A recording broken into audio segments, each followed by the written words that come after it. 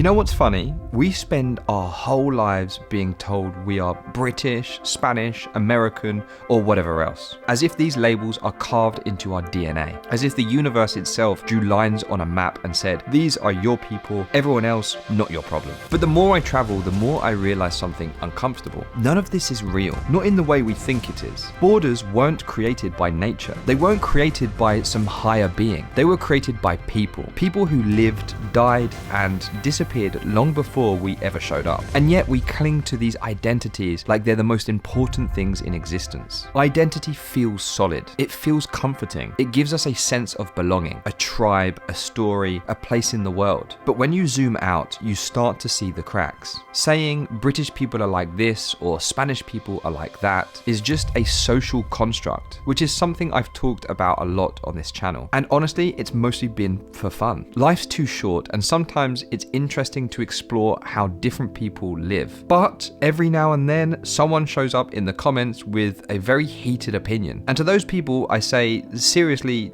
relax. Life's too short to get angry about this stuff. So this illusion of identity comes from stories we've inherited, not biological realities. There's nothing in our DNA that says you belong to this group and not that one. We're just people who happen to be born on one side of a line instead of the other. There's a biological reason we fall into groups so easily, and it goes way back, long before countries, flags, or national anthems. Humans evolved in small communities where knowing who belonged to your group literally helped you survive. If someone looked unfamiliar or behaved differently, your brain flagged it as something important. And honestly, the psychology of this is fascinating because technically I have zero connection to my beloved Atletico Madrid.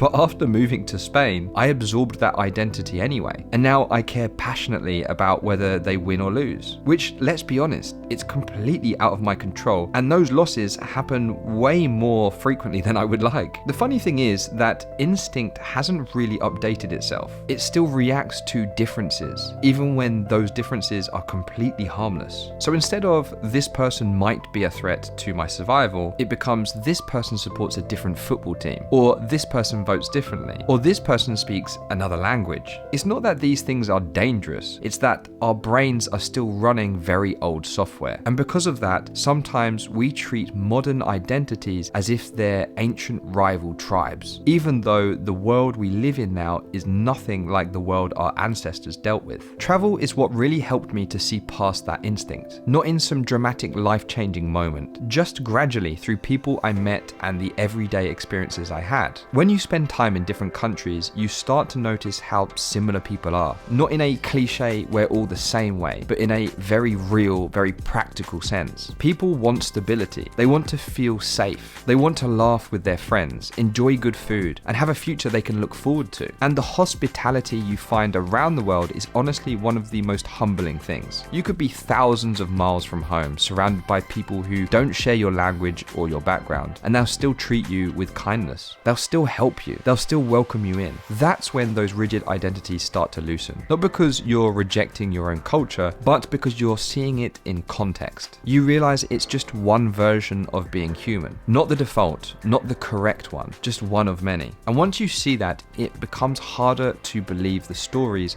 that tell us we're fundamentally different from each other. And this is where things get a little bit uncomfortable, because while most people just want to live normal, peaceful lives, there are always a few individuals who benefit from keeping us divided. These aren't groups of people, these are individuals, outliers, people with enough power, money, or influence that will shape the narrative the rest of us end up arguing about. And the frustrating part is that millions of ordinary people often end up suffering because of the decisions of one person, one ego, one leader who sees the world as something to dominate rather than something to share. Most of us don't think like that. Most of us don't want that. But when someone with that mindset gets into a position of power, the consequences fall on everyone else. And it's usually the people with the least control who feel it most. Understanding that doesn't solve the problem, but it does help us see where the the real division comes from, and it's rarely from the people on the ground. This is the part I find genuinely fascinating. People take DNA tests thinking they're going to confirm their identity, and instead they discover that their ancestry is a complete mix of places they would never expect. Someone who thought they were 100% this turns out to have roots scattered across continents. Someone who believed their heritage was pure finds out it's anything but. This idea of purity is insane, because humans have always moved, always mixed, always blended. Borders shift, languages evolve, culture merges, and people adapt. That's the real story of humanity. Constant movement, constant change. Your DNA doesn't care about your borders. It doesn't care about your passport. It doesn't care about the identity you were handed at birth. It only cares that you're human. And this is where Stoicism really resonates with me. You don't choose your birthplace. You don't choose your parents. You don't choose your first language or the flag you grow up under. And you certainly don't own the land you were born on. Neither do I. Neither does any government. These things feel permanent because we are temporary. We cling to identity because it gives us a sense of stability in a world that constantly changes. But when you strip all of that away, what really matters isn't the group you belong to. It's how you live, how you treat people, how you show up in the world. Identity can be meaningful, but it's not the whole story. It's just one layer of a much bigger picture. Division becomes dangerous when we forget that. When we start to believe that our identity is the most important thing about us, or that someone else's identity makes them fundamentally different. That's when we become easy to manipulate, easy to anger, easy to divide. And the people who benefit from that division are almost never the ones who suffer because of it. Most of us just want a peaceful life. Most of us want the same basic things. Most of us would get along just fine if we weren't constantly being told that we shouldn't. So this is what I've learned from traveling. Identity can be beautiful. Culture can be beautiful. Heritage can be beautiful. But none of it should blind us. Because underneath the stories, the borders, the labels, the histories we inherit, we're all just people trying to make sense of our short time on this planet. And maybe if we remembered that a little more often, the world would feel a bit less divided and a lot more human. And in a time where technology sits at the center of everything, it's easy to feel like the human part gets pushed to the edges. I think taking a moment to reflect on how incredible it is to be here, sharing this planet, this moment, this strange little experience of being alive together, reminds us that we're not as different as we think. We're all just people trying to make sense of the same world. And there's something really comforting about that. If you enjoyed this video, check out this one here. Thanks for watching, and I'll see you in the next one. Thanks.